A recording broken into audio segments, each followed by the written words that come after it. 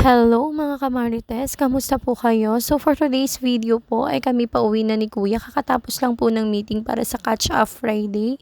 So ayan nga po at kami po ay papunta ng 7-Eleven. So eto nga po at kami nakabili na ng favorite niyang Slurpee at saka ng kaniyang lasagna, paboritong paborito. So eto na nga po at dahil na-promise ko sa kanya na ititreat ko siya, eto nga po at naningil na. So ayan, masayang masaya po siya dahil ang kanya daw pong favorite na lasagna ay kanyang natikman ulit. So, treat ko yan sa kanya kasi nga po siya naman po ay bukod sa ginalingan niya sa cluster meet ay siya po ay talagang pinagbubutihan niya po ang kanyang pag-aaral. Kaya deserve na deserve mo yan, anak. So, ayan.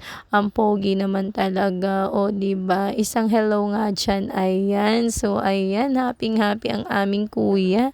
At ito nga po, nag-peace pa. Ang pogi naman talaga. Hindi niyo po ako natatanong pero sa totoo lang po ay napakabait po niyang kuya namin na yan at talaga pong siya napakamasunurin sa lahat ng bagay. So ayan po at talaga namang mapapansin niyo po sobrang niyang nilalasa pa. Obo, may pagtingin pa ng ganyan. Tingin daw po yan ng sobrang nasasarapan at busog na o diba sa simpleng bagay na yan ay talaga namang masayang masaya na siya. At ito nga po kami po ay naglalakad na pauwi dahil wala na po kami pamasahe. Hey, Char. Ayan. Dahil malapit lang naman po at walking distance lang naman po ang 7-Eleven, naglakad na po kami pa uwi. At ito na nga po, malapit na po kami. So, hanggang dito na lang po ang video ito. Paalam! See you next video.